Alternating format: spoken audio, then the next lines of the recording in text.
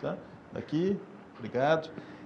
Hoje um dos nossos convidadas, é ela que entrou com um cartão tão bonito que chamada Valéria Ruiz. Ruiz, exatamente. Valéria, seja bem-vinda. Fala um pouquinho para o pessoal te conhecer, de onde você veio, como é que você faz. Tem um cartão criativo aqui que você rasga um pedaço e joga fora. Então me senti até bem. O cartãozinho que é bom você guarda, o que é ruim você joga fora, não é isso? É. Eu sou terapeuta, especialista em relacionamentos amorosos e hipnoterapeuta. Então, eu iniciei com um projeto para dar apoio e acolhimento para mulheres em processo de separação, que a doutora Darlene fez parte numa época. A Darlene separa e você trata. Também, né? O que for necessário, né, Darlene? Claro. E desde 2012 eu faço atendimentos. Então, assim, é algo que eu atendo tanto casais quanto também pessoas individuais, presencialmente ou também online. E agora eu vou fazer um workshop no próximo sábado. E aí, se a gente tiver oportunidade, eu quero convidar. Vamos contar dele. Muito bem, muito bem. Seja bem-vindo ao nosso bate-papo. Muito obrigada. Conversar sobre vários assuntos que são importantes para a gente. E essa é a nossa missão, Álvaro. Tudo bem, Álvaro? Fala, Debri. Quanto tempo, né? Quanto tempo. Nós somos amigos de longa muito data. de programas de rádio, né? Já, cara, é verdade, né? Você não estava lembrando desse negócio. Muito bacana. Era o único cara que fazia eu levantar cedo, chegava atrasado, evidentemente, em todos, né? Mas o Álvaro faz parte do patrimônio de Goiânia, o Álvaro da Universo, o Álvaro da rádio... Bons Ventos, né? Universidade. Aqui, complementa né? a apresentação sua aí. O que você está fazendo hoje, para o pessoal te conhecer? Boa tarde, doutora Valéria. Boa tarde, doutora. Boa tarde. Darlene. Doutora Darlene.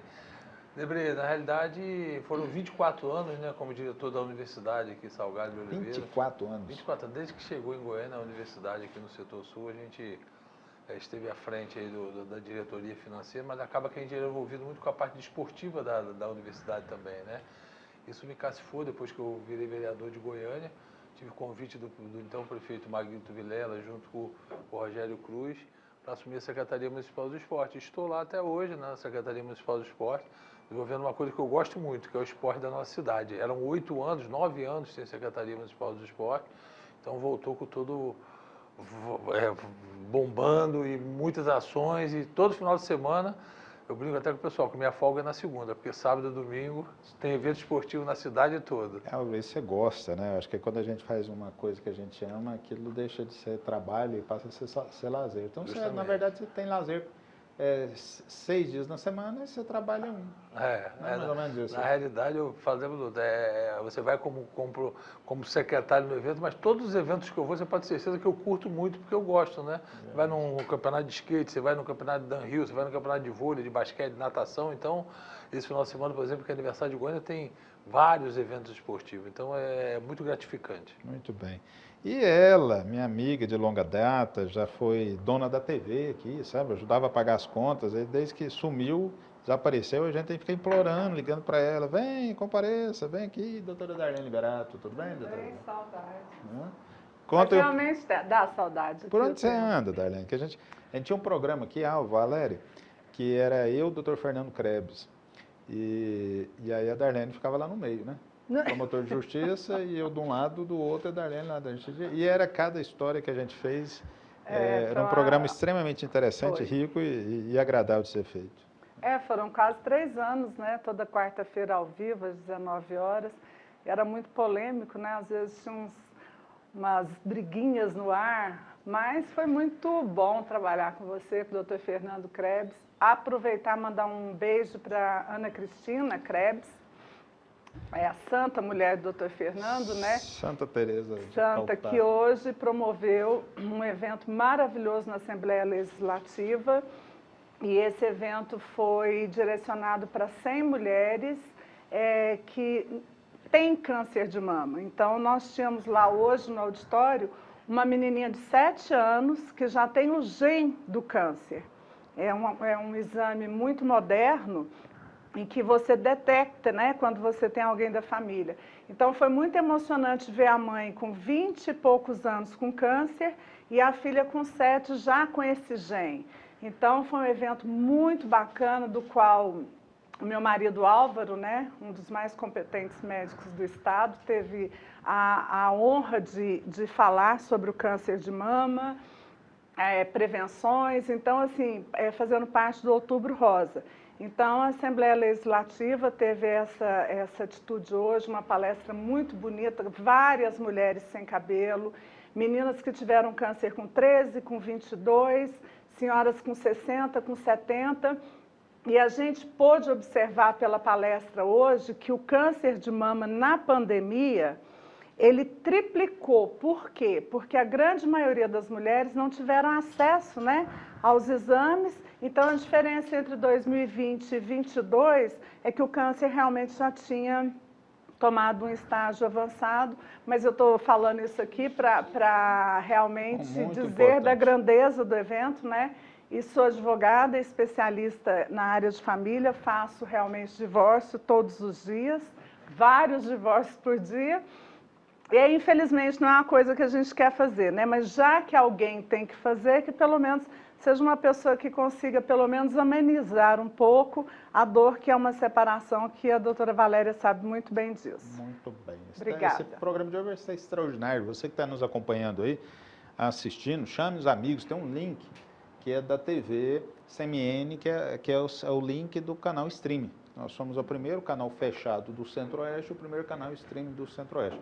Como é que eu acho, Debré? Vai lá em qualquer rede social, Facebook, Instagram, YouTube, ou no próprio portal www.cmn, canal marianavio.tv.br, você nos acompanha ao vivo em qualquer lugar do mundo. Depois esse programa vai ser arquivado no nosso canal oficial do YouTube. Gente, muito bem, olha só, eu acho que aqui nós vamos poder bater um papo agradável sobre várias coisas que estão acontecendo, que estão chamando a atenção. Eu pedi à produção para separar alguns assuntos aqui, e todos eles, produção, coloque para a gente no nosso portal de notícias, Valéria, Álvaro e Darlene, é um portal que nós criamos agora bem recentemente, que trata só de notícia, é Rede Portal Notícia, no singular, ok. E aí, pô, gente, não tem como começar esse bate-papo, não tem como começar esse bate-papo sem falar daquilo que todo mundo hoje está falando, que graças a Deus que as pessoas estão falando no café da manhã, no almoço, no lanche, na janta, né? De madrugada. De madrugada, né? As pessoas estão perguntando de que é sexo? Não, política. Não é sexo, é política, né? Mas aí eu quero trazer um debate para a gente entrar nesse primeiro tópico. É a primeira notícia. Pede a produção para colocar lá na tela para a gente, dividir a tela aqui e colocar. Tem uma telinha lá que está lá no nosso portal, vocês podem acessar aí portal Rede Notícia, no nosso site, e você vai ver lá o Lula e o Bolsonaro. Eu quero começar aqui, tem o endereço aqui, portal, está lá no nosso site lá, nessa primeira notícia. E aí ontem os sertanejos, né, estiveram lá em Brasília.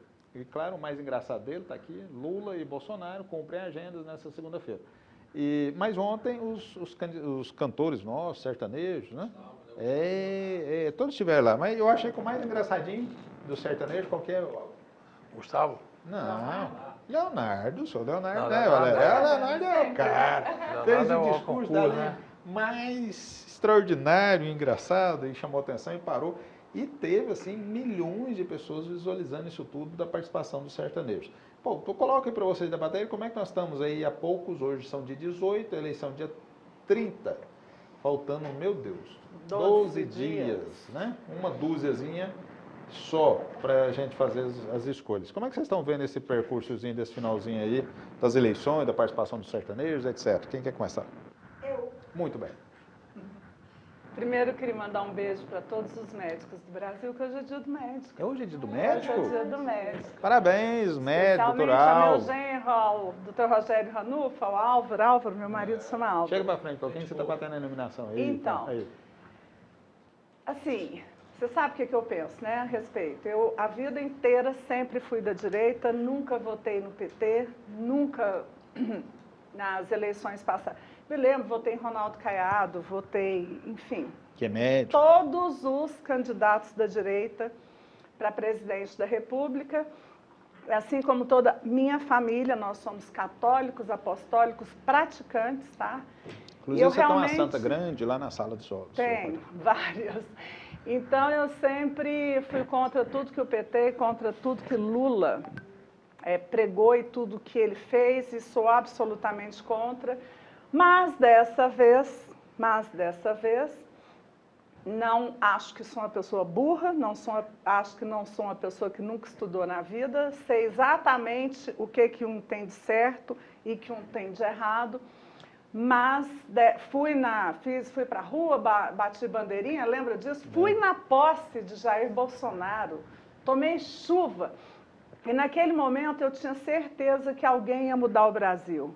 Depositei todas as minhas esperanças nele e a partir do momento que ele tomou posse, eu fui me decepcionando cada dia mais, nem sabia se Lula ia ser preso, absolvido, se ia ser solto, até mesmo porque não é o meu candidato, mas fui encontrando um homem misógino, um homem cruel, um homem que, assim como Lula, fez negocinhos menores e atribuiu ao Bolsonaro a morte de 600 mil pessoas, dentre delas a minha mãe. Então, não sou médica e não discuto com médico, mas o meu marido ficou 12 dias dentro de uma UTI, vendo pessoas entubadas, sem ar, morrendo, e a gente assistindo esse homem cruel, fazendo maldades com as nossas famílias. Então, como é que chama os remédios que ele não dava tomar? Não, tinha.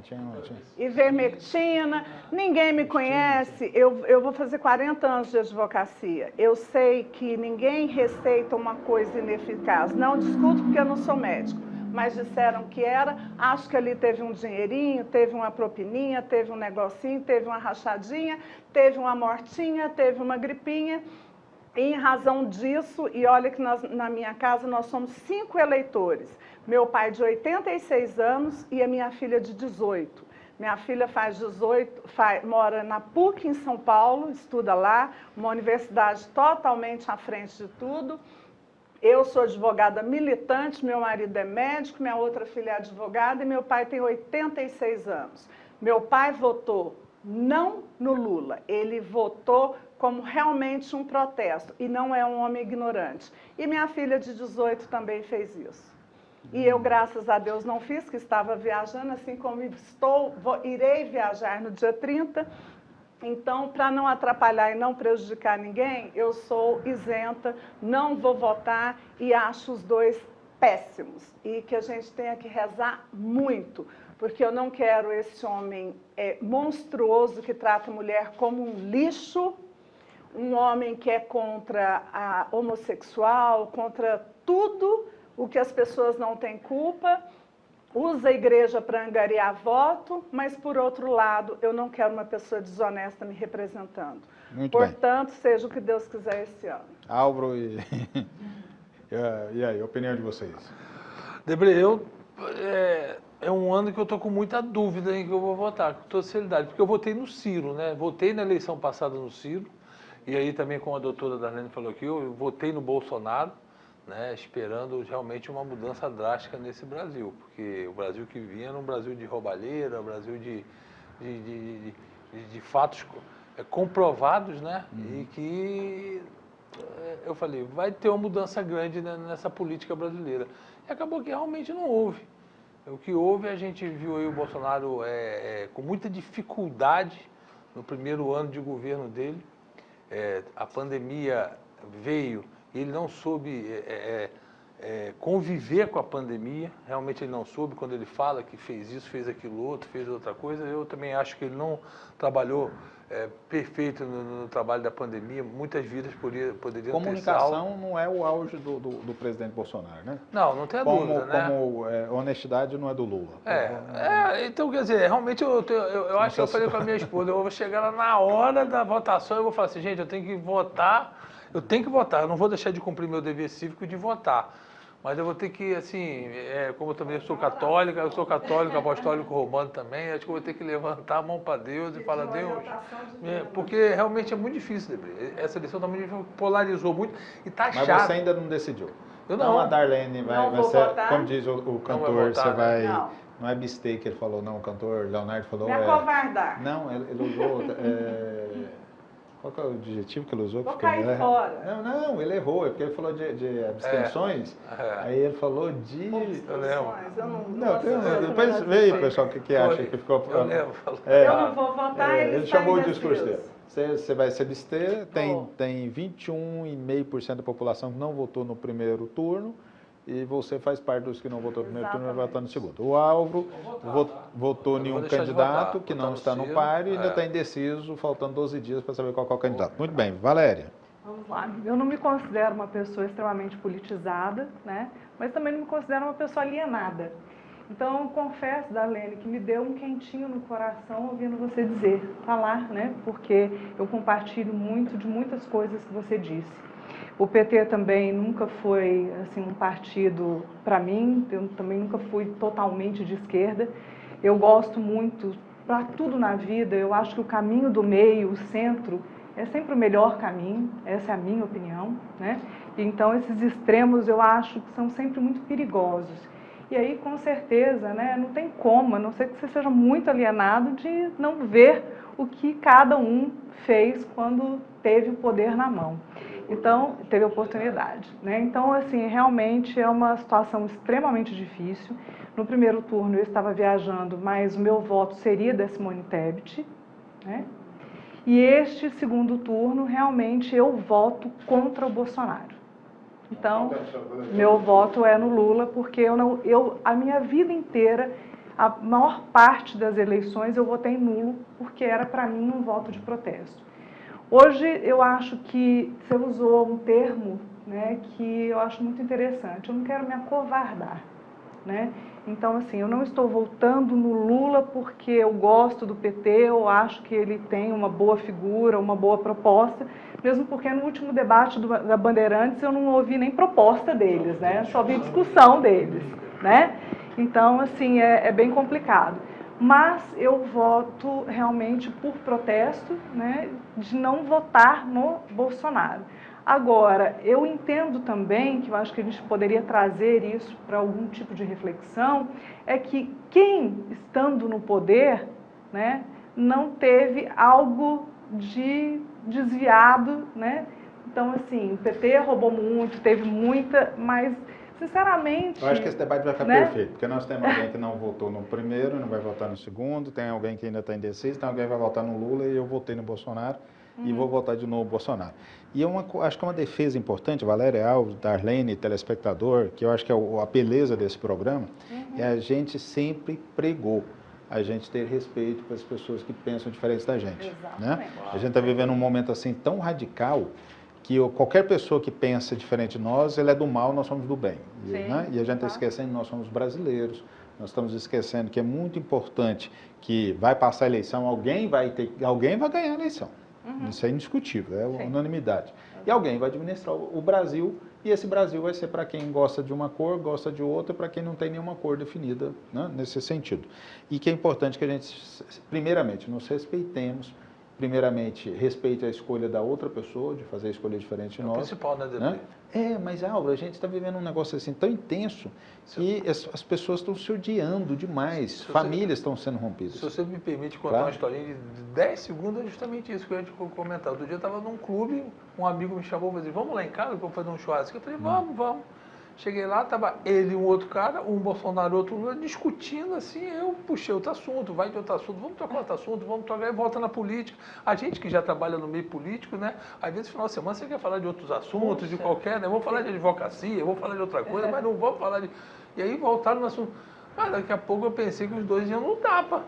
Tem muita Eu falei, cara, não dá. Cheguei, peguei minha mulher e falei, vamos embora porque eu não vou ficar aqui. Não é um ambiente saudável.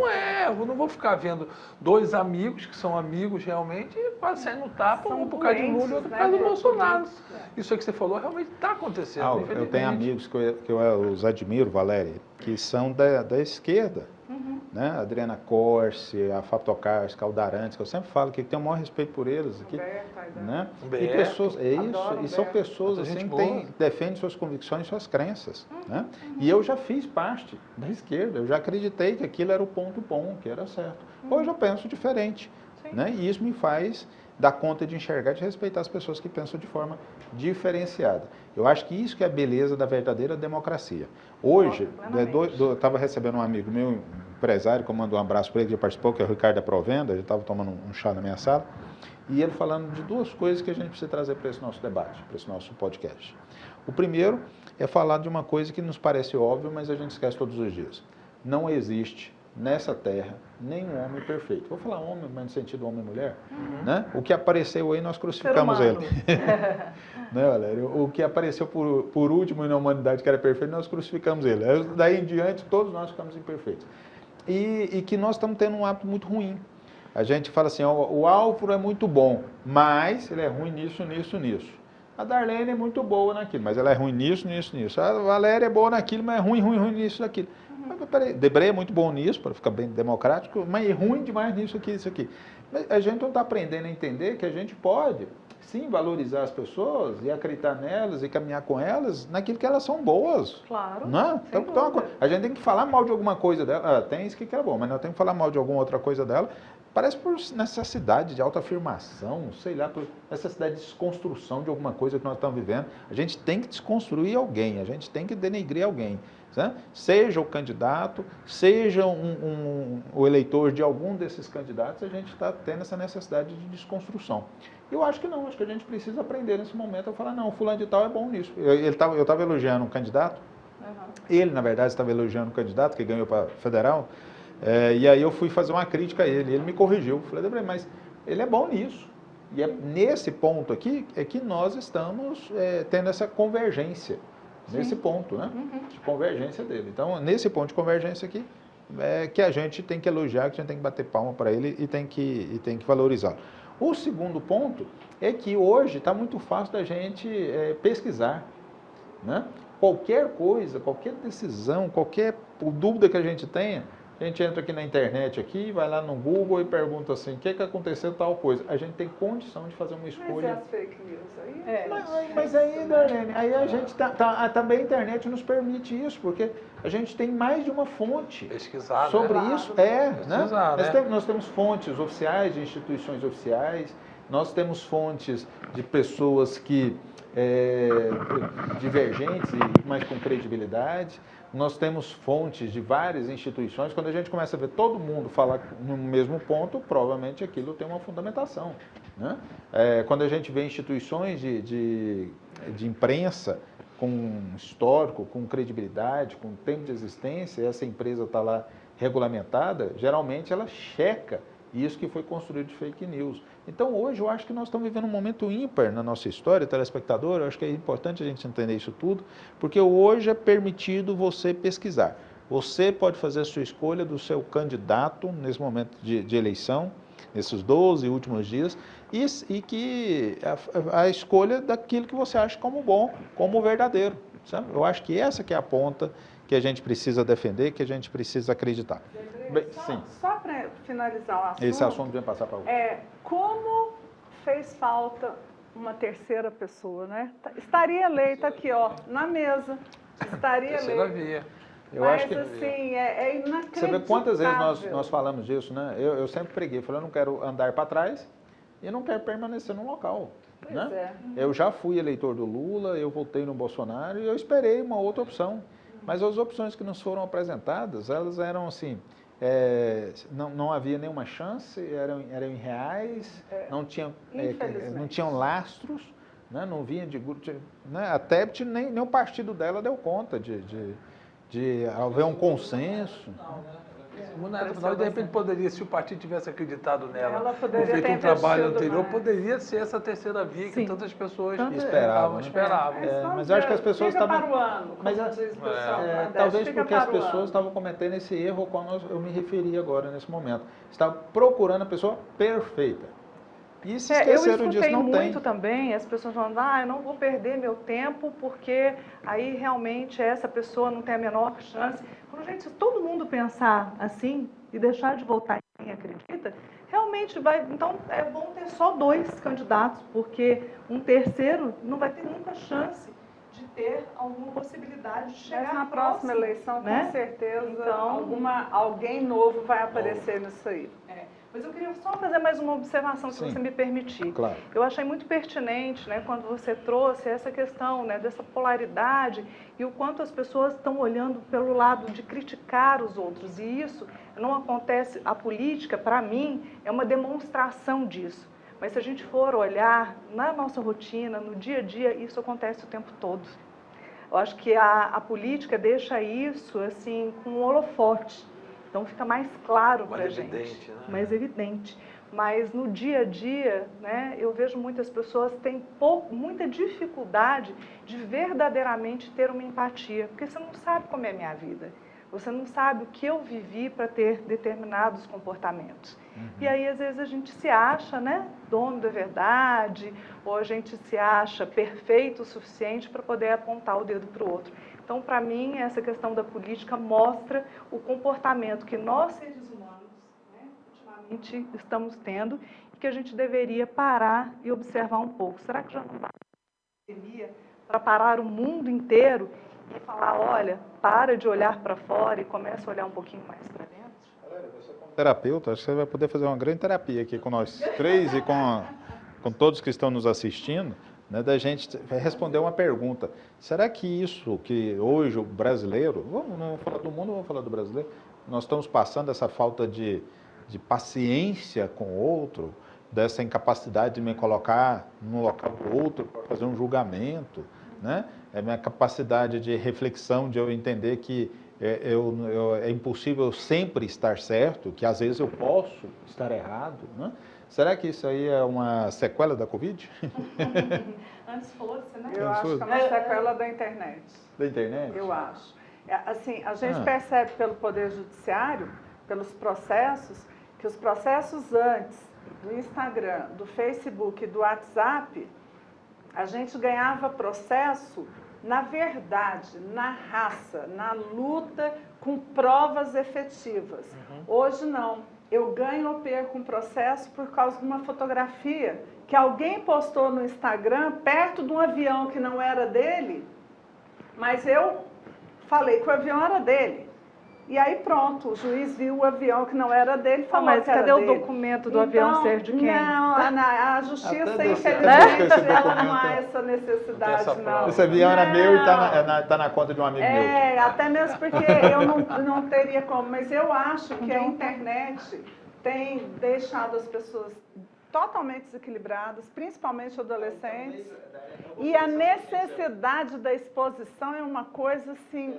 Eu acho que antes de passar a palavra para a Valéria, mas eu gostei desse seu ponto que nos chamou a atenção, porque assim, todos nós viramos doutores, falando no dia do médico, né?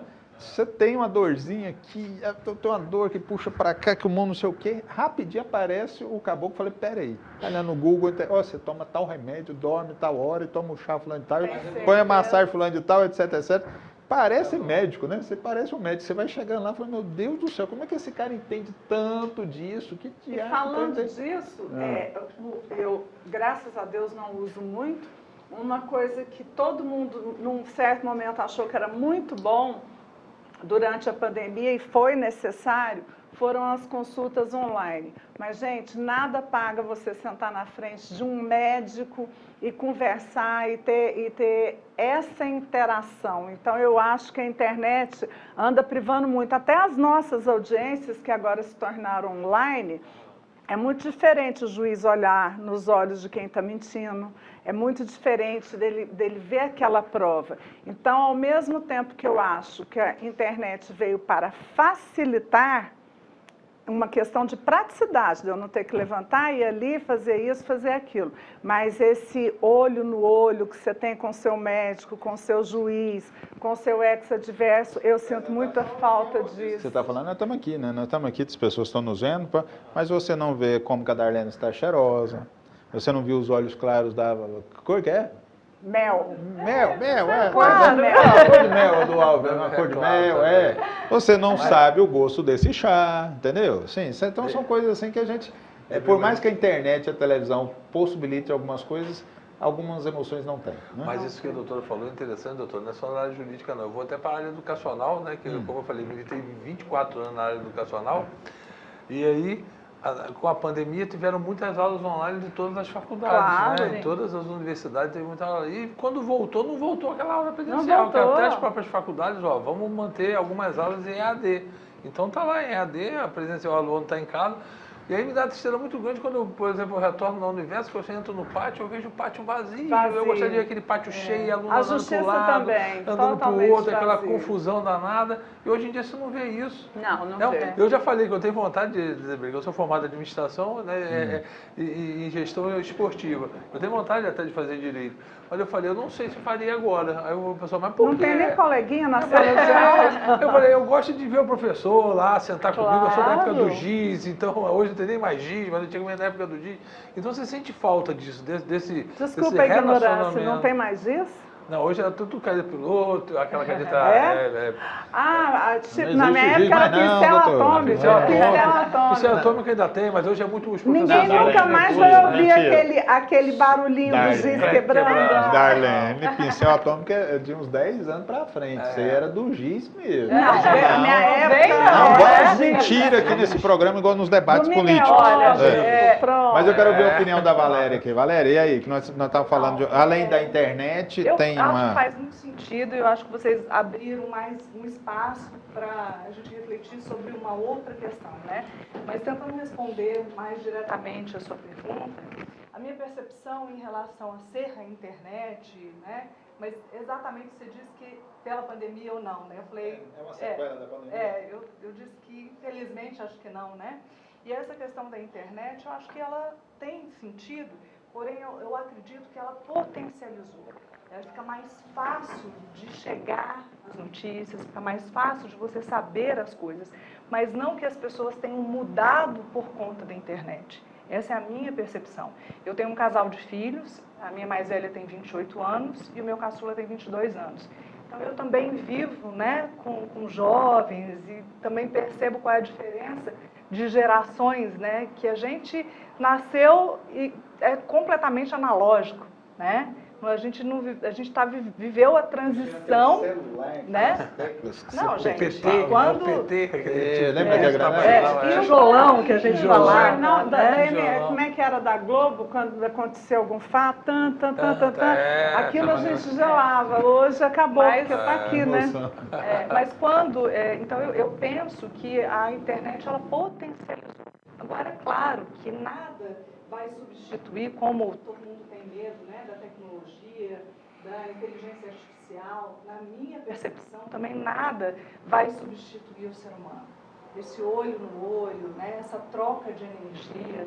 Tanto é que eu vou fazer um workshop presencial agora. Você está doida para contar isso? Muito bem, conta aí o que é isso aí. Chega, né, Explica o que é isso aí, Valéria. Não, mas rapidamente eu vou explicar. Sábado eu vou fazer o poder do encontro.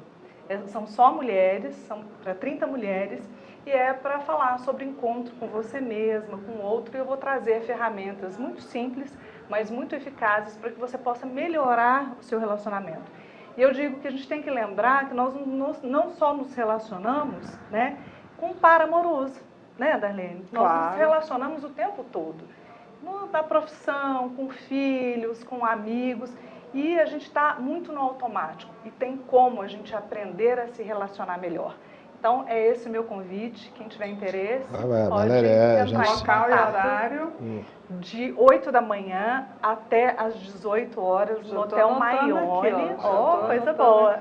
Mas pode me chamar no direct do meu Instagram, que é valeriaruiz.terapeuta, que eu terei o maior prazer de dar todas as informações. Eu acho que nunca antes, na história desse país, precisou-se tanto falar sobre a forma de respeito e relacionamento com as pessoas, né?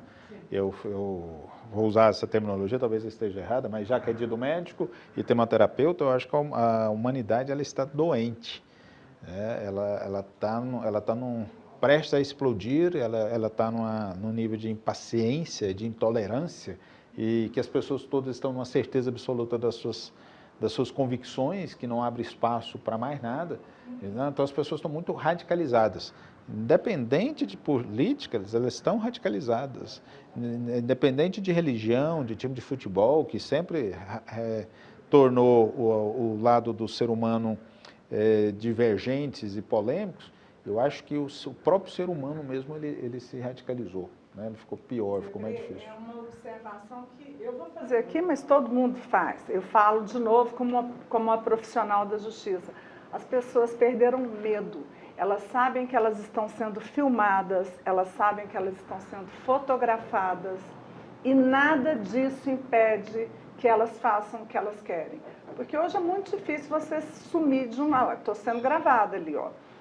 Mas mesmo assim, as pessoas têm tomado atitudes libidinosas, filmado mulheres dentro de banheiro, sabendo que estão sendo filmadas, cometendo atos de vandalismo, cometendo atos de racismo. Então as pessoas perderam medo. A gente vê aí em bar, restaurante, as pessoas se matando, todo mundo sabendo que está sendo filmado.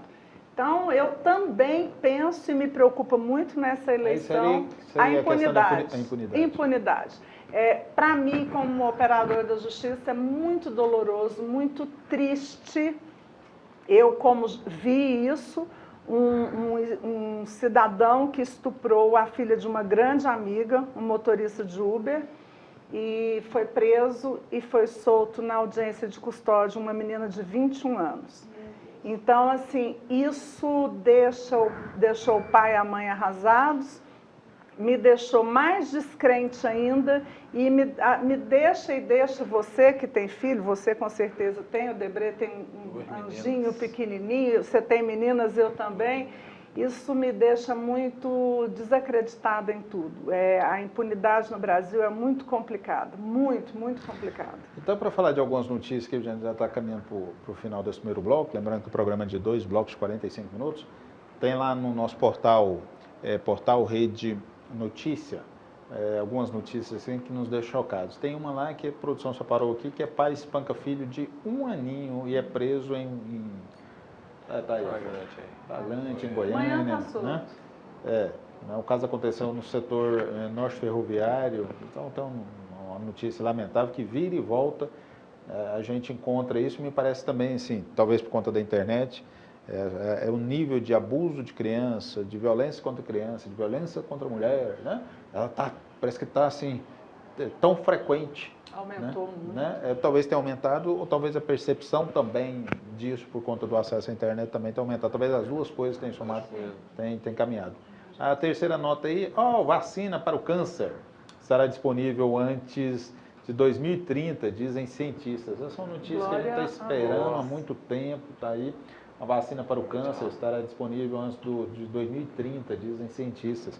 Essa acho que era uma grande vitória. Todos nós conhecemos pessoas que sofrem de algum tipo de câncer, tem alguma pessoa num grau de parentesco.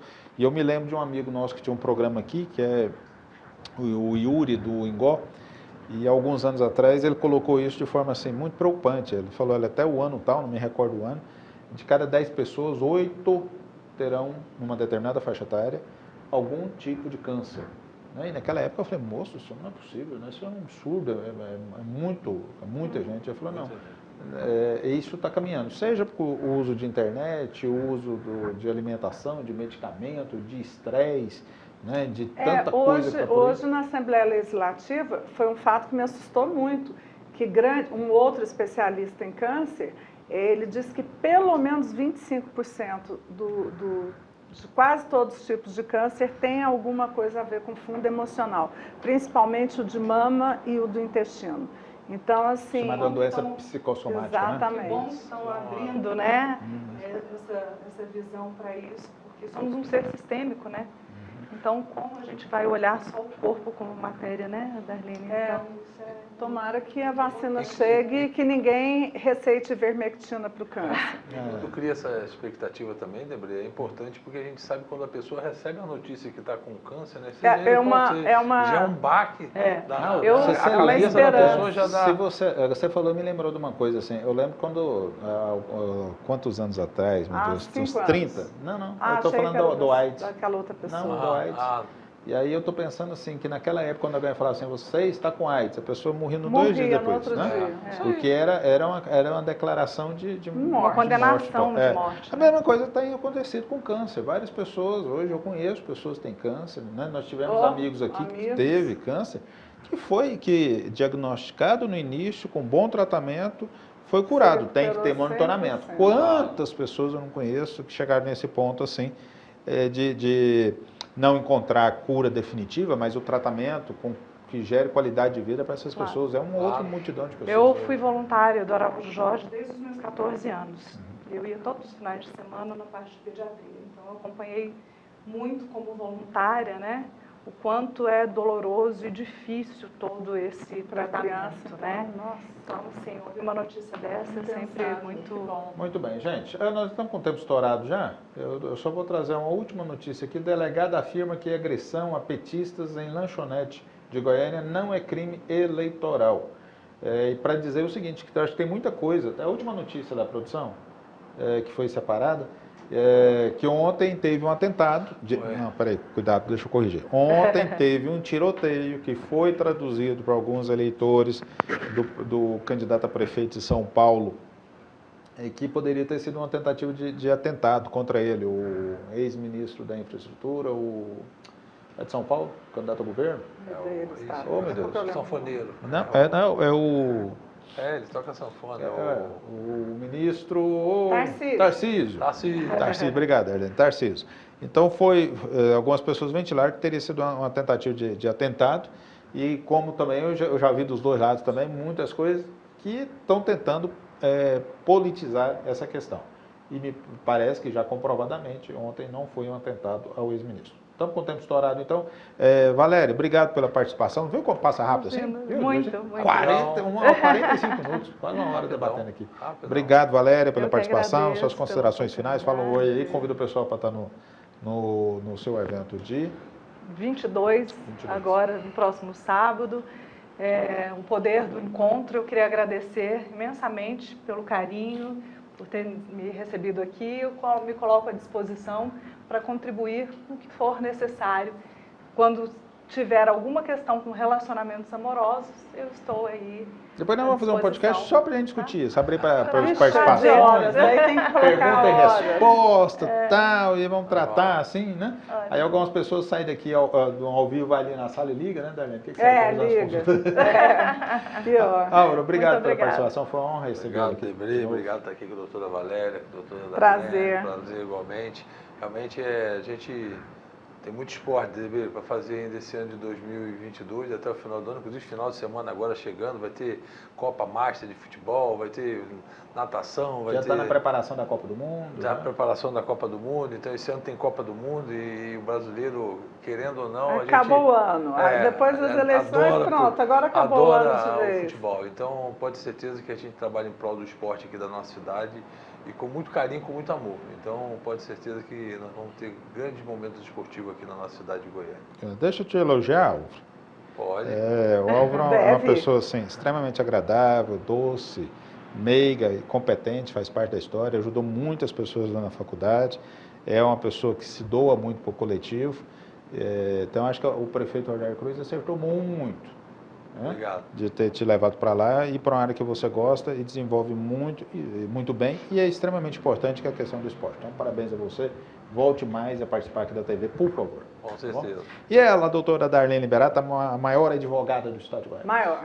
Então, 1,84 m. Maior. Mas a Darlene, assim, Valéria, você conhece ela também, a Darlene é militante, feminista, ajuda em causas, defende pessoas que não têm condição. Você fez algumas defesas assim que acho que fazem parte da história. Polêmicas, né?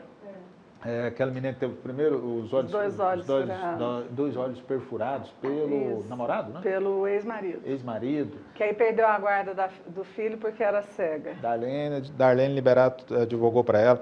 Darlene também advogou para o primeiro caso de que um rapaz gravou o sexo com a namorada. Foi, com a namorada. Foi. Saiu até na Playboy. Foi, meu sonho era ter saído da Playboy e eu saí. Saiu? Só não foi a foto, mas foi o texto. Promete trazer no próximo programa a foto sua na Playboy? Trago. Muito bem, gente. Né? Nós estamos prometendo aqui no programa, o próximo programa da Darlene Liberato vai trazer a foto dela na revista Playboy. Para você que nunca viu, vai ter oportunidade de ver. Gente, obrigado. Vamos para um rápido intervalo, voltamos já, não sai daí não. Obrigado, tchau. Muito bem, estamos de volta com o podcast da CMN. Agora com um novo time de debatedores nesse segundo bloco, e eu vou começar ali pedindo para que o nosso convidado essa noite, o Giuliano Mioto, começar por ali. Né? O Giuliano se apresente. Tudo bem, Giuliano? Seja bem-vindo. Tudo bem. Quem Boa é noite você, aí de onde pros- você veio? Boa noite aí para os nossos acompanhantes, ouvintes, né, as pessoas que estão aí acompanhando esse podcast. Eu sou advogado, sou escritor, analista político também, e a gente está aí fazendo um trabalho aí para buscar aí, né, o voto, né, no segundo turno aí para as pessoas poderem ter consciência, uma maior consciência, uma melhor consciência aí no segundo turno sobre os projetos de poder que estão se avizinhando aí no próximo dia 30. Muito bem, vamos poder falar disso daqui a pouquinho, aqui desse trabalho que você está fazendo, por quê, como, quando e que jeito. E ela, nada mais, nada menos do que Cissa Carvelo? Carvelo? Carvelo, né? Cissa, tudo bem, Cissa? Tudo. Tem pão que a gente não se vê, né? Sumida, né, Pois Debré? pois é. Mas agora a missão... Eu vi você lá no Instagram falando de comida e de repente esse negócio de comida tá igual o doutor Fábio, que é cirurgião plástico e que ele falava muito sobre cirurgia plástica. E nos últimos dias ele falando de política. Eu estou lá seguindo você no Instagram e vejo você... Cadê o pratos, aquelas coisas, começou a falar de política. É porque a missão é importante, né? Nós temos que salvar esse país da quadrilha. Conta pro povo que está aí, Cissa, quem que é Cissa Carvelo? Eu sou jornalista, sou especializada em comunicação com o mercado e hoje eu estou estrategista digital e bolsominion, com muito orgulho. Muito bem. E ele, nada mais, nada menos do que das pessoas mais que tem mais serviço prestado para a área da imprensa, que faz um trabalho à frente, ajudou a criar e a zelar da Associação Goiana de Imprensa, Walterli Guedes. Boa noite, Walterli, tudo bem? Boa noite, Deber. Um prazer muito grande estar aqui Prazer é meu. nesta casa, na qual eu já estive várias vezes, até fazendo... Tinha um programa aqui na emissora, né, Walterli? Um programa... Um programa contraditório, Walterli e Tarzan de Castro. Nós dois fazíamos, contraditório, né? É um prazer muito grande, você é um herói, eu admiro muito o seu trabalho, porque eu sei que não é fácil montar uma estrutura como essa, você persiste aí e crescendo cada vez mais. Sou seu fã e torço por você. Eu sei disso, te enquanto agradeço. empresário, viu? Te agradeço. Gente, nós estamos, então, assim, o podcast é um grande bate-papo, Cissa. A gente fala de tudo ao mesmo tempo, traz pessoas, Juliano, Walterli, telespectador, que cada um tem experiência de vida, milita numa área, atua numa área, a gente traz médico e coloca com cozinheiro que a gente coloca com ginecologista, que anda com motorista, com um repórter, com político, com não político, e eu acho que essa beleza desse debate importante que eu estou trazendo amigos. Para comer um pão de queijo, então você, por favor, pega um pão de queijo aqui, água e café, aqui tem água, chá, que você quer que, Walter, serve esse, aqui tem chá, Não, aqui é café, realmente, água, café, chá, porque a gente tem que fazer o programa ficar descontraído, entendeu? sim, Para ficar vamos. relaxado, come um pão de queijo aí, Walter, ali, para a gente Eu ficar à vou comer, vontade, para a gente poder debater umas coisas assim de forma desarmada. Por né? favor, Cissa. E para a gente falar aqui desse momento que a gente está vivendo. Mas que Nesse momento que a gente está falando, então, nós está faltando 12 dias para as eleições, temos que falar de eleição, porque é o que todo mundo está conectado e aonde a gente tem o maior número de postagens no nosso portal. Nós lançamos um portal de notícia agora, www.redeportalnoticia, no singular.com.br. Tem um monte de notícia lá, portal Rede Notícia, você pode entrar lá dentro, ficar muito bem informado. E aí, sim, eu vou começar a falar lá do grande discurso do nosso grande cantor, Leonardo, lá em Brasília ontem. Fez um discurso lá que vai entrar para os anais da história do Palácio, né? Quem viu? Como é que foi o discurso dele lá, Cissa? Conta para nós. Foi bem divertido, né? Foi a cara dele. Mas eu acho que o mais importante do discurso do Leonardo é que ele fala com o povo, ele fala uma linguagem que todo mundo entende, e nesse momento é isso que a gente precisa, porque nós temos todo um aparato contra a eleição do presidente Jair Bolsonaro, nós temos a imprensa contra, a gente tem o judiciário contra, a gente tem a militância, meio acadêmico, meio artístico, militância acadêmica, militância artística, é impressionante o que acontece, uma moçada que não viveu os anos do PT, não sabe o que aconteceu aqui e que acredita simplesmente naquilo que eles veem na televisão. E você acredita, Cícera, você como uma jornalista conceituada, que o fato hoje de um artista ir lá se declarar apoiador de tal candidato, ele consiga influenciar, convencer as pessoas a fazerem mudança dos seus votos? Eu acredito que ele faz com que a mensagem chegue, e isso é importante. Mesmo que ele não tenha o poder de virar, ele vai colocar aquela mensagem em evidência para uma população, para uma fatia da sociedade que só tem acesso à Rede Globo, à mídia convencional, que não tem um iPad, que tem... Vai chamar a atenção das pessoas? Ele vai chamar a atenção para aquela informação. Porque o brasileiro é gente do bem.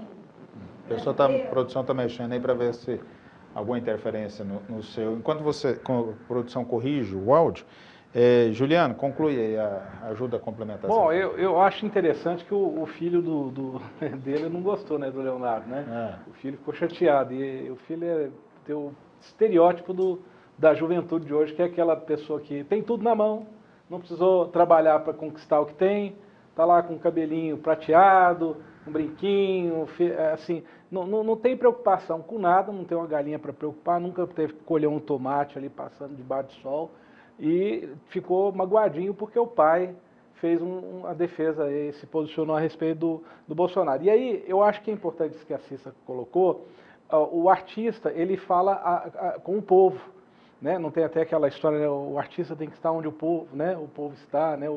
Tem que ir aonde o povo está, porque quem faz o artista ser o que ele é o povo, são as pessoas simples, comuns, que ouvem a música dele, estão ali, é uma música que fala com pessoas de todas as classes sociais e pessoas que às vezes não têm acesso, como ela falou, à informação mais qualificada, ou informação para ouvir os lados envolvidos, as propostas envolvidas. Então, o que o artista faz? Quando ele se posiciona, às vezes uma pessoa que nem estava pensando muito nisso, ou estava às vezes tendendo a ir para o outro lado, ela se atina e fala, mas por que ele se posicionou desse jeito? E talvez ela possa ter a chance de pesquisar e tentar descobrir por que ele se posicionou daquele lado. E, claro, vai trazer também as pessoas que vão ficar chateadas, como o filho dele. Eu até coloquei, acho que num desses portais aqui que colocaram a chateação dele, eu falei, boy, foi fácil, é só ele abrir mão da herança, dos benefícios do pai fascista, né? Juntaram lá o pessoal lá e fez ele tem que... adquirido, né? Mas ele pode fazer uma carta, ele pode abrir mão. Já que o dinheiro veio, não tinha uma herdeira lá de um laboratório alemão que ajudou o Hitler, né? E ela ia receber uma herança lá de bilhões, ela estava querendo abrir mão, ela fez um documento que ela não queria receber o dinheiro. É simples, se você não concorda que seu pai apoie determinado projeto de política, então abre mão. Eu estou procurando um dado aqui, eu quero abrir o espaço também para o Valter poder contribuir, dar a sua visão para nós. Quantos milhões de pessoas, foram 21.500 que... como diz o Leonardo, mas não falou... 32 milhões. 32 milhões? 32 milhões. Como diz o... 5 milhões de não é por cento, desculpa, quanto? Ajuda para... Sim. Dizendo o Leonardo que não é abstenção, não. O quê? O Leonardo falou que é o quê? Não é abstenção, não. Ele usou um nome engraçado. Abstinência. As pessoas têm abstinência ao álcool, lembrei, né? Abstinência ao voto. Um discurso típico do Leonardo, né? Só que em Goiás foi mais de 1 milhão de goianos que estão de abstinência de voto. 1 milhão e 57 mil. Agora, Debré, só complementando isso que o Juliano falou aqui sobre o filho do Leonardo. O brasileiro, em essência, é honesto. Gente honesta não vota em ladrão.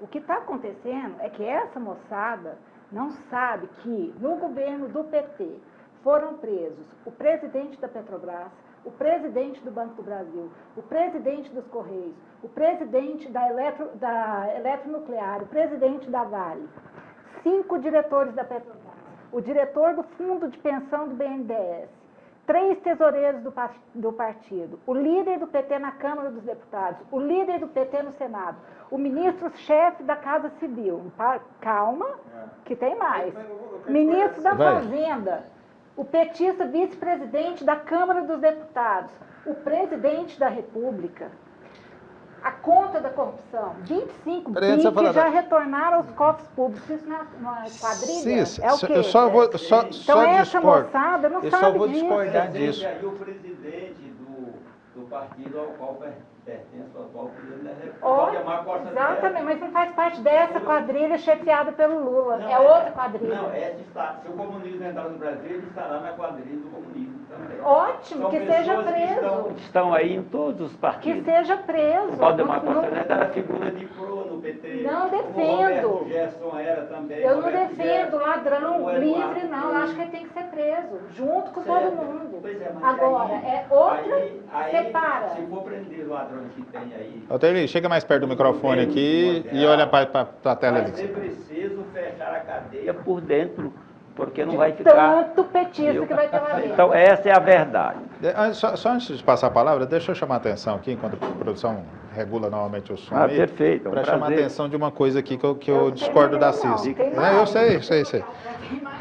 Mas eu quero questionar, quero entrar num ponto assim, Cissa, quando você afirma que os jovens não sabem que isso tudo aconteceu. E aí eu chamo a atenção das pessoas para dizer o seguinte, gente, hoje é impossível você, telespectador, alegar ignorância sobre algum fato. É impossível, né? Hoje, com a facilidade da internet, eu gostei do debate da Band, porque o presidente lá falou, olha, checa essa informação, entra no Google. Ele falou, agora, checa essa informação, entra no Google, checa essa informação, entra no Google. Porque hoje é público, todos esses fatos têm margem, filmagem, tem delação, tem documento disso tudo. E aí eu coloco assim, para passar a palavra também para o Walter ele poder participar, de dizer o seguinte, eu não sei o quanto esse brasileiro, ele está assim, realmente acreditando que aquilo tudo foi verdade. Eu acho que tem um monte de jovens aí que acham que aquilo ali é montagem, é filme, foi desenho, né? Que prenderam fulano, que prenderam ciclano, que devolveram o dinheiro. Eu lembro de uma cena ali que tinha uma montanha de dinheiro devolvido. Peraí, eu só posso devolver alguma coisa, vamos fazer um teste aqui, abre a câmera para o Walter. Eu só posso, o Walter pega aqui para mim, por favor. Muito bem. Agora me devolva. Ele só pode fazer isso aqui, devolver se antes ele pegou alguma coisa. Me parece óbvio para algumas pessoas que não estão entendendo como o fato de devolver alguma coisa. Foram quantos milhões? Já que você... 25 de dólares. bi, Isso que devolveram só. Que devolveram. apenas o valor que as empresas condenadas admitiram ter roubado e aceitaram devolver aos cofres públicos, porque provavelmente uma outra parte ainda maior está em algum paraíso. Com certeza. Se eu devolver, eu devolvo só uma parte. Volta ali, mas 25 bi. coloca o seu ponto de vista. O que você está vendo disso tudo aí, dessas eleições? Em primeiro lugar, eu quero dizer que é sempre um prazer grande trocar ideias, não é? Sim. E debater com pessoas que pensam totalmente diferente de mim, porque senão não é debate, né? É preciso que as pessoas tenham pessoas que pensem diferente, né? Então, o que há no Brasil é algo muito mais profundo. O que tem acontecido no Brasil é algo muito mais profundo e o país não suporta mais uma estrutura partidária como essa, em que os partidos têm a sua manutenção garantida com dinheiro público. As igrejas, a igreja da doutora Darlene, que estava aqui há pouco, no final da missa, sai alguém lá com um coador, assim, pedindo... As igrejas evangélicas têm um percentual, dízimo, 10%, né? E os partidos políticos deviam ser mantidos assim também. Os torcedores do partido, como os torcedores do time de futebol, deviam estar mantendo os partidos.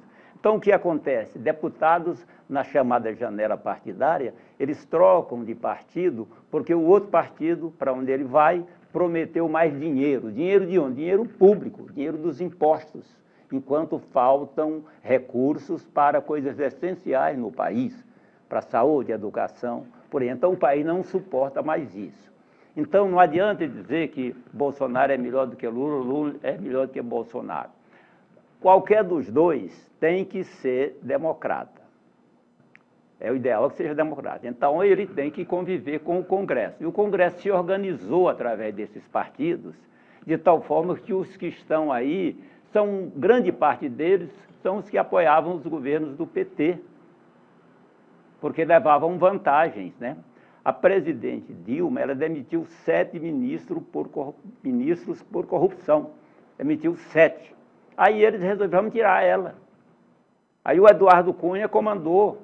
Ela lançou um candidato, o Knaglia, para tentar eleger o presidente da Câmara, mas a quadrilha que está aí hoje teve mais deputados do PP, do Partido Progressista, na Lava Jato, do que do PT. E o PT tinha muito mais deputados. Então, eram todos. O PT apareceu mais, porque, na realidade, o Lula tem uma trajetória pregando moralidade. E ele cedeu ao chamado Centrão, porque senão ele cairia. O Bolsonaro cedeu, e o Bolsonaro é tão corrupto a ponto de o ministro da Educação dele, Milton Ribeiro, flagrado com os pastores picaretas, porque tem pastor honesto também, tem igreja evangélica honesta, mas o ministro foi flagrado e o Bolsonaro, num primeiro momento, disse: eu boto a cara no fogo pelo Milton Ribeiro, e teve que demitir o ministro. Cara de pau, se ele botasse no fogo, queimaria. Olha só, senhor Valteli, o senhor tem senso de proporção? Sabe o que é senso de proporção? Vem um caminhão na sua direção. Aí o senhor vai ficar na frente do caminhão, mas ele está vindo em alta velocidade na sua direção. É um caminhão. Se o senhor ficar na frente dele, o senhor vai morrer, não vai? Agora vem um triciclozinho dirigido por uma criança na sua direção. O máximo que esse triciclo vai fazer é esbarrar na sua perna e fazer com que o senhor sinta algum incômodo, mas não vai te matar, concorda? O senhor sabe qual é a diferença entre bilhões desviados, estatais sendo aparelhadas, 900 bilhões de prejuízo na Petrobras... dessa verba secreta? Não, eu estou falando Peraí, deixa eu terminar de falar, eu esperei o senhor falar. Não, eu estou falando de senso de proporção. Dinheiro do Brasil sendo enviado para a Venezuela, para Cuba, para financiar narcotráfico, para financiar a guerrilha, para financiar governos antidemocráticos. Aí, não existe, aliás, inclusive, a questão da corrupção é menos grave do que as consequências de toda a criminalidade, toda a morte, tudo que ocorreu. O Brasil, na era do PT, teve os mais altos índices de violência, de assassinatos, bandidagem correu solta. Então, vamos pensar o seguinte, vamos admitir que o Bolsonaro errou em relação ao ministro do MEC. O senhor está defendendo aqui, de certa forma, quase que a inocência do Lula. O Lula foi condenado em 3 instâncias, por vários juízes, enfim... Deixa eu te interromper para a gente fazer esse debate ser o mais democrático e respeitoso possível. Valteri, me explica assim, sobre a condenação do Lula, o quanto que você acredita que ela foi justa, injusta, houve ou não houve? Como é que está a visão hoje? Quando a Lava Jato surgiu, eu mesmo escrevi dizendo que, em princípio, o povo brasileiro deveria estar aplaudindo, se é para consertar. Agora, o que houve? Um juiz, no caso, o ilustre senador Sérgio Moro, um juiz fazia o papel também de promotor. O Dallagnol ligou para ele: mas isso aí não dá denúncia, isso aí não dá condenação, não, manda que eu acolho assim mesmo. Está o Intercept detectou isso aí, certo? Então, foi uma coisa de incumbência. Esses processos deviam eram extintos totalmente. Puseram um juiz do Paraná para cuidar de assunto da presidência da República, porque é o único que aceitou aquilo em troca de ser ministro do Supremo. Bolsonaro disse na televisão, ele em troca ele vai ser ministro do Supremo Tribunal Federal. E agora ela aderiu imediatamente agora ao Bolsonaro para ser ministro do Supremo. Certo. A Cissa trouxe um dado aqui que aí a gente precisa falar de fatos. Quantos bilhões? 25 bilhões devolvidos aos cofres públicos. E aí o que a gente fala assim para a população que fala, vamos supor que você tenha total razão sobre isso, o julgamento foi tendencioso, induziram provas, etc. Mas o que a gente fala para o cidadão, para o jovem, Cissa? O menino novinho que diz que fica lá na internet vendo só foto de mulher pelada e não fica se informando pela internet, nunca ouviu essa condenação. O que a gente fala para ele sobre os 32 bilhões de reais, parte daquilo que foi devolvido? Deve falar para os meninos, para a juventude, o seguinte: ladrão deve ser punido. Não se deve ter ladrão de estimação. Acontece que os ladrões de estimação do PT agora são os ladrões de estimação do Bolsonaro, e ele esconde tudo isso por 100 anos, se for necessário, inclusive os crimes dos filhos dele, por 100 anos, sigilo. E daqui a 100 anos não me interessa mais. Eu quero não tá vivo, mas, esclarecer isso agora. Fala, Cícero. Hein? A discussão aqui não é sobre ser casado. Eu sei que não é só uma curiosidade, só quero contextualizar o que eu vou falar. Você pode responder? Não, eu posso dizer. Você é casado? Sou. Então tá. Mas muito a contragosto. Você deixaria a sua mulher, vamos supor que aquele cara, o anestesista, que estuprava as mulheres anestesiadas, ele foi condenado, certo? Aqui em Goiânia, ok? E aí, algum ministro do STF resolve que ele cometeu o crime aqui em Goiânia, mas ele devia ter sido julgado lá em Curitiba. Então, não anula, Houve erro processual. Um erro processual, certo. o cara está descondenado. Você deixa sua mulher fazer uma cirurgia com ele? Não. O crime ocorreu? Correu. Ah, então tá. Mas Era para isso deixa eu que só eu queria terminar saber se a minha fala. eu queria saber se o senhor ia deixar a sua mulher ser operada com esses... Se casamento for coisa séria, O pessoal da produção pediu pra você não se casamento não tá usando seu, for peraí, coisa, tá não usando for seu como microfone esse lá, pra você casamento ficar do pra trás, Bolsonaro, você que é tá um apertando atrás o de outro, microfone. ele se intitula defensor da família tradicional, está na quarta esposa, mas ele já estuprou até galinha, ele já disse isso, está nas redes sociais, e é verdade. Mas que coisa mais baixa. Que baixaria. Agora deixa eu só terminar meu argumento. Não, à vontade. Vou terminar meu argumento só porque é o seguinte, questão de senso de proporção. Não é que eu quero entrar para outro. Vamos terminar. Olha só, bem rapidamente. Você está dizendo que o Lula, que foi condenado em 3 instâncias, confirmado no STJ, no TRF4, por desembargadores, por unanimidade, ele tem a presunção de inocência, é isso que você está dizendo. Não, é a presunção de inocência. Mas o filho do Bolsonaro, o ministro do Bolsonaro, que sequer foi julgado, que sequer apareceu dinheiro,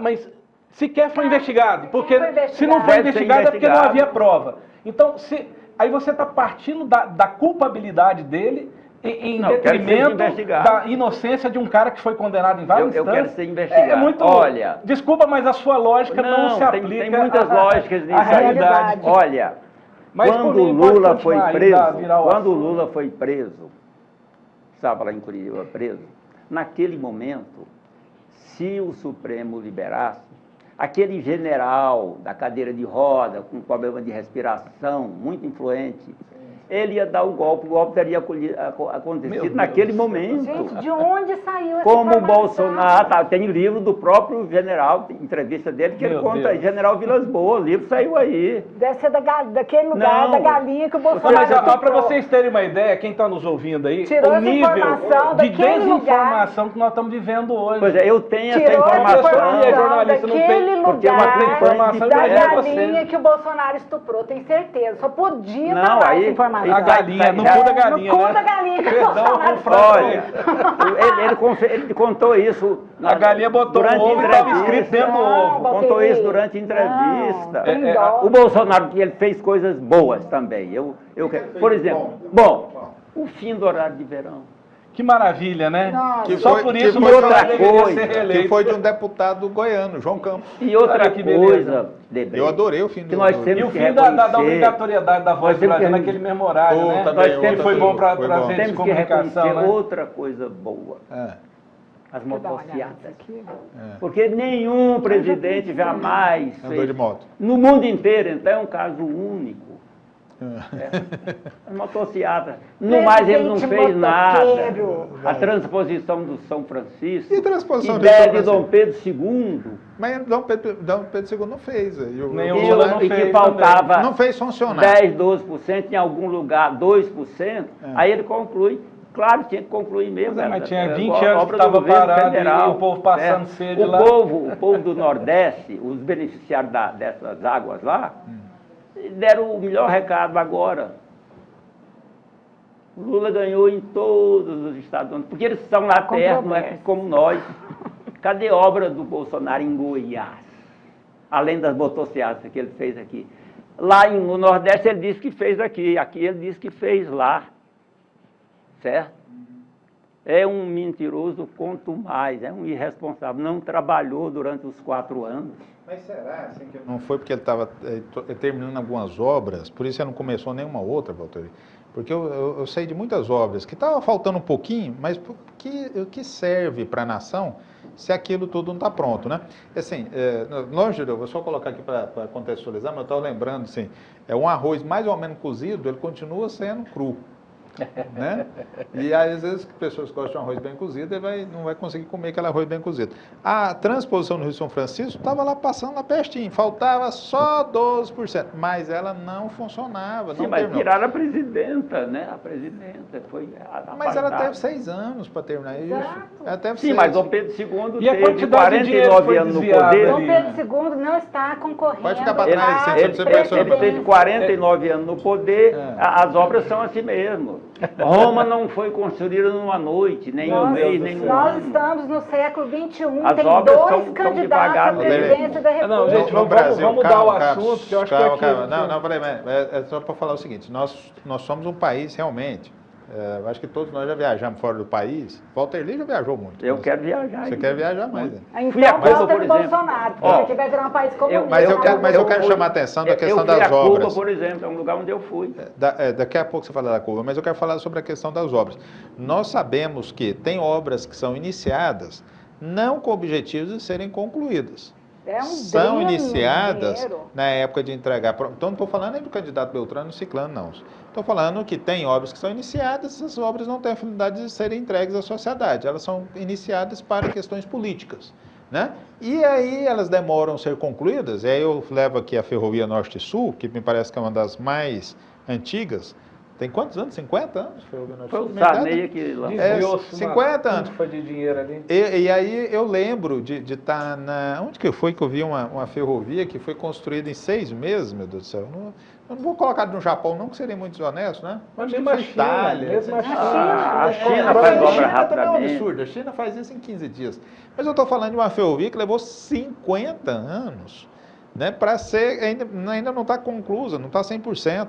Quantas vezes nós não pagamos para aquela obra? Quantas vezes, verdade, né? é verdade. E às vezes ela não é concluída, como a transposição no Rio de São Francisco, porque ela atende uma demanda econômica, né? Aquelas pessoas que vendiam caminhão-pipa lá no Nordeste, falaram, olha, você já entregou, puxa, você já entregou 10% dessa obra, agora já entregou 30%, você já entregou 80%, mas não pode entregar 100%, porque quando não entregar 100%, ela vai continuar sem funcionar. Continuando não funcionando. O arroz continua meio cru, né? Eu continuo entregando aqui meus caminhão-pipa, né? E o mercado vai rodando. Mas é por esse ponto, assim. Gente, eu vou trazer outro assunto aqui pra gente... Fala da sua viagem de Cuba. Não, mas só a viagem de Cuba. O que você achou de Cuba? Eu não conheço Cuba. Pois é, Cuba, eu estive lá. Não, mas não vou descrever minha viagem toda em Cuba, não. Não, foi só muito aquilo que é interessante. público. Olha, existe lá, por parte de boa parte da população, a resistência ao regime. Eu escrevi uma matéria depois que vim de lá, né? com o título O Pôr do Sol no El Malecón. Eu quis dar um sentido, escrevi na revista Hoje, que dá um sentido duplo, Pôr do Sol do regime, porque há uma pressão pela abertura, porque o general Fome é o general mais poderoso nas guerras internas. Mas o que você achou de bom em Cuba? Eu queria que você falasse assim, o que a gente podia importar. O mar, por exemplo, o Mar do Caribe, né? É lindo, né? É lógico. O Mar do Lugar Caribe de turista, é lindo, né? não é? Agora, os Estados Unidos Mas eu tive em suportariam... Natal agora, achei a praia Os de Estados Natal Unidos tão suportariam mais de meio Paraíba. século de bloqueio econômico? Hã? Os Estados Unidos suportariam, a economia americana suportaria Ô, mais de Dedê, meio século de bloqueio econômico? Vamos falar sobre Qual bloqueio? Hein? Não, Qual bloqueio? Bloqueio econômico, não chega navio de carga lá, por exemplo. Mas Agora, o regime é duro, é violento, mas a maior violência é o bloqueio. está bloqueio. em Cuba mesmo. É o Na base povo que não aceita naval o de ditador. Guantánamo, do governo americano. Ali sim, tortura-se muito mais do que no resto do país. Século XXI, Meu nós Deus estamos do falando céu. imperialismo A base americano, naval de ó. Guantánamo, que os Estados Unidos têm ela lá dentro de Cuba, coisa de 100 anos atrás, a guerra pela independência de Cuba, os Estados Unidos com grande visão, Fizeram uma proposta aos líderes da independência, olha, nós vamos te ajudar, damos armas, vamos trazer gente para cá para ajudar você, mas eu quero um cantinho para botar uma base. Sim. E aí fizeram, não foi por 100 anos a base, não. O canal do Panamá foi por 100 anos. Foi um grande negócio para o Panamá. E a Colômbia perdeu o Panamá, tudo era Colômbia, porque os Estados Unidos quiseram fazer o canal, deixa eu concluir esse raciocínio. Conclui. E aí o governo colombiano não permitiu, aí eles incentivaram a guerra lá, houve a guerra e o Panamá se tornou independente. O Panamá tem 2 datas de independência. A da Colômbia, a antiga, que ela aderiu à Colômbia para ficar independente, e depois dela contra a Colômbia, dele contra a Colômbia. Já estamos com o tempo, já. Bom, mas aí você queria dar uma descontraída, né? Não, mas assim, Walter Lee, Cissa e Juliano e telespectador, é aquilo que eu sempre defendo aqui no programa, a gente defende na emissora. Eu acho que há uma coisa que a gente jamais pode perder, é a capacidade de nós ouvirmos e de forma respeitosa ouvirmos as pessoas que pensam diferente. Acho que é uma missão que a gente precisa deixar dessa eleição, está tão aquecida, está tão fervorosa, é o respeito. Mesmo as diferenças, mesmo as pessoas que pensam de forma diferente, todos nós somos brasileiros e nós vamos ter que sobreviver dia 1º de dezembro, depois dessa eleição, sendo brasileiros. E quem ganhar vai ter que administrar para todos. 1º de novembro. Novembro, não, eu falei dezembro. Estou pulando o mês, tem a Copa do Mundo primeiro. Né? Muito bem. Juliano, suas considerações finais, então, eu quero me agradecer a você. Primeira coisa, Cuba é um regime baseado no comunismo. O comunismo é contra o capitalismo, porque a base do comunismo é achar que o capitalismo é malvado, faz mal para as pessoas. E pessoas que têm uma base, uma ditadura comunista, estão reclamando de que um governo capitalista não abre o mercado para eles, é isso? É isso que eu escutei? O capitalismo não deixa, fez bloqueio econômico, então eles querem comerciar com o mundo inteiro, eles querem fazer negócio. Cuba faz negócio com vários países do mundo. Inclusive, um dos países que mais recebe dinheiro dos Estados Unidos é Cuba. Porque os dissidentes cubanos que fogem para os Estados Unidos, ficam ricos lá nos Estados Unidos, mandam tufos de dinheiro, isso não é proibido, tá? Não tem bloqueio nenhum a respeito disso. Outra coisa, Cuba hoje é um dos países que tem mais presos políticos no mundo. Lá você não poderia ser jornalista independente, como você está sendo aqui, dar sua opinião livremente. Lá você não poderia ser, eu escutei você falar, lá você não poderia dar a sua opinião livremente e sair daqui do ambiente aqui livre para sua casa. Você iria direto para uma prisão cubana ali. Então, Cuba é um lugar que não serve de exemplo para absolutamente nada. E outra coisa, o Caribe é lindo, mas é um lugar ali de turistas. Agora, se você entra para dentro de Cuba, onde vivem as pessoas que não têm dinheiro para comprar frango, que não têm dinheiro para se alimentar, que passam necessidade. Aliás, as mulheres cubanas, todas foram obrigadas, a maioria delas, a se tornarem prostitutas. Então, assim, enfim, essas são as minhas considerações finais. O Brasil está correndo o risco de se tornar uma grande Cuba. E nós precisamos lutar contra isso, nós precisamos impedir que isso aconteça, porque o governo que o ex-ladrão, o ex-presidiário está querendo trazer para o Brasil, o modelo de governo é o mesmo que ele admira em Cuba, na Nicarágua e em todos esses países, em Venezuela, Colômbia e tudo mais. Nós não vamos aceitar isso aqui no Brasil. Suas considerações finais, a gente concluiu o programa, nós estamos com o tempo estourado. Obrigado por ter vindo. Se me perguntar se eu gosto do Bolsonaro, eu vou responder que sim, mas eu gosto muito mais de mim. Eu gosto de liberdade, eu gosto de exercer minha fé, eu gosto de poder entrar na internet, ler o que eu quiser, assistir o programa que eu quiser. Eu sou jornalista, eu exerço minha profissão há mais de 25 anos, com liberdade, e eu quero que permaneça assim. Eu tenho 2 filhos, um de 15 e um de 13 anos. Eu não quero os meus filhos cheirando cocaína, fumando maconha. Não estou falando que isso não vai acontecer, não, mas eu não quero que isso aconteça sob tutela do governo. Eu não quero os meus filhos, os meus netos aprendendo sexo, fazer boquete na escola aos 5 anos de idade. Eu não quero isso para mim, eu não quero isso para os meus filhos, eu não quero isso para o meu país, eu não quero isso para o meu futuro. E é por isso, não é Bolsonaro ou Lula, são 2 modos de governar, são 2 ideias completamente opostas. Então, eu acho que todo mundo que está ouvindo aqui, inclusive o senhor, devia pensar nisso. O que vai ser melhor para o seu futuro? Porque dia 30, essa decisão é a mais importante das nossas vidas e para o planeta Terra. Porque se o Brasil afundar, afundou o mundo. Não é interesse só do PCC, do Complexo e do Comando Vermelho que está em jogo, não. Tem das Farc, é muito mais coisa em jogo. Valeu. Valdeli, considera aí de forma rápida e objetiva. Em primeiro lugar, eu quero dizer da minha alegria de ter conversado aqui com você, Debrey, com o doutor Juliano, com a minha colega Cissa Carvelo, certo? O comunismo é hoje uma atração turística. Eu fui a Cuba fazer turismo. O que torna um país independente hoje é a bomba atômica. A China, assim que revelou que possuía a bomba atômica, é hoje o segundo maior país capitalista do mundo, um capitalismo muito avançado, embora a administração seja comunista. Os países têm seus interesses, as ideologias têm seus interesses.